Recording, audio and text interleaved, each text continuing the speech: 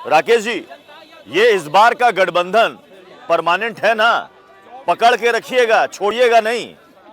बढ़िया से गोंद से चिपकाए ना नीतीश बाबू को, बहुत जोर भागते हैं। नहीं प्रत्युष जी, इतना जान लीजिए कि नीतीश कुमार जी की पार्टी का और नीतीश जी का और भारतीय जनता पार्टी का स्वाभाविक गठबंधन था। पहली बार जब बिहार में नीतीश जी की सरकार बनी थी तो भारतीय जनता पार्टी के सहयोग से बनी थी, और भारतीय जनता पार्टी के सहयोग में नीतीश जी शुरू से रहे, जब समता पार्टी थी तब से। और रही बात मोहब्बत, राकेश जी, मोहब्बत इसे कहते हैं। हमको भारतीय प्रत्युष जी मोहब्बत इसे कहते हैं कि बिहार के हित में ये निर्णय लेना था कि आप कहां खड़े हैं। स्वाभाविक रूप से नीतीश कुमार ने अगर निर्णय लिया तो ये तय करना पड़ेगा भारतीय जनता पार्टी को। राकेश जी, असदुद्दीन ओवैसी ने खुद को सियासी लैला बताया था। सुन तो लीजिए, सभी मेहमान सुन लीजिए। असदुद्दीन ओवैसी ने खुद को बताया था कि मैं सियासत की ऐसी लैला हूं जिसके चाहने वाले हजार हैं। लेकिन मुझे लगता है कि आज की तारीख में सबसे बड़े सियासी लैला अगर कोई है तो उनका नाम है नीतीश कुमार। बार बार अपने पार्टनर को धोखा देते हैं, ब्रेकअप करते हैं, लेकिन हाय रे मोहब्बत, फिर से नीतीश कुमार के साथ चले जाते हैं। कौन है लैला?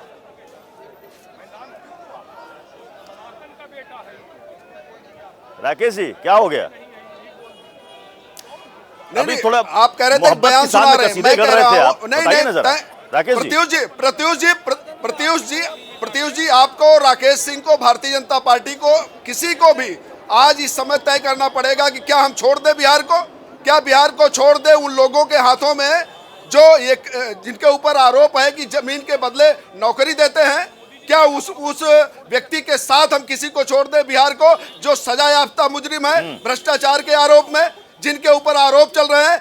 बिहार को हम लूटने नहीं देंगे। हमको निर्णय करना था, हम नीतीश जी के साथ हैं, और नीतीश जी की छवि बेदाग है, ना अपराधी छवि है, ना उनकी पार्टी के भ्रष्टाचार में कोई आरोप है। सारे दिक्कत कहाँ है?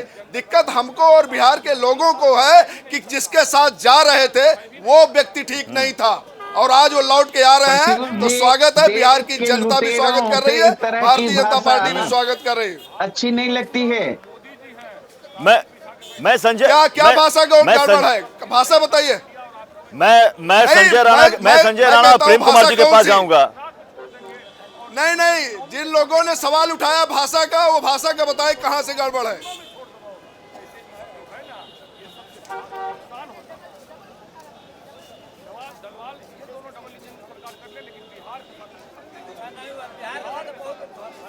प्रेम जी कुछ कहना चाह रहे थे। देखिए प्रत्युष जी, जो कुछ घटा है सब बिहार की जनता के नाम पर घटा है। देखिए पॉलिटिक्स में प्रत्युष जी किसी की गारंटी नहीं होती, अपॉर्चुनिटी की राजनीति होती, जिसको कन्वीनियंस लगता है उस हिसाब से राजनीति करता है।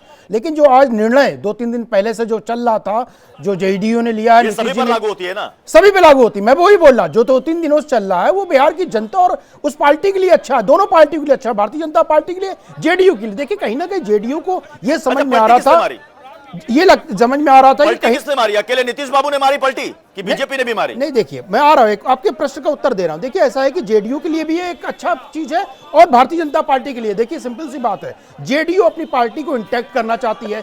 22 तारीख की घटना के बाद, घटना तो नहीं बोलेंगे, जो प्राण प्रतिष्ठा हुई, कहीं ना कहीं देश का माहौल बदल चुका था। उस माहौल में, बदले हुए माहौल में लोगों ने अपना निर्णय लिया कि भैया हमें उस जगह जाना चाहिए जहां पे समाज का विकास हो सके, जहां पे लोगों की भावना जुड़ी हो। तो भाई बिहार की जनता ने एंड ऑफ डे मैंडेट तो इसी गठबंधन को दिया था और उन्होंने सही निर्णय लिया। नंबर 2, 18 महीने के जो शासन चला है आरजेडी और जेडीयू का, आप देखिए कहीं ना कहीं जंगलराज की वापसी हो रही थी, जिसका प्रश्न कहीं ना कहीं जो खींच है वो नीतीश बाबू के बयान में भी नजर आता है। मतलब आप ये कहना चाह रहे हैं सुबह का भूला शाम को घर आ गया? इसमें बुराई क्या है? मत कहिए, बिल्कुल भूला नहीं कहना चाहिए। देखिए बिल्कुल भूला नहीं कहना चाहिए। और भारतीय जनता पार्टी अगर कहीं फिर भूल करके घर से निकल गया, फिर देखिए ऐसा है, लोग आते हैं, देखिए लोग आते हैं और जाते हैं। जहां तक जनता का हित हो रहा है, देश का हित हो रहा है, समाज का हित हो रहा है, तो आने जाने में कोई बुराई नहीं है।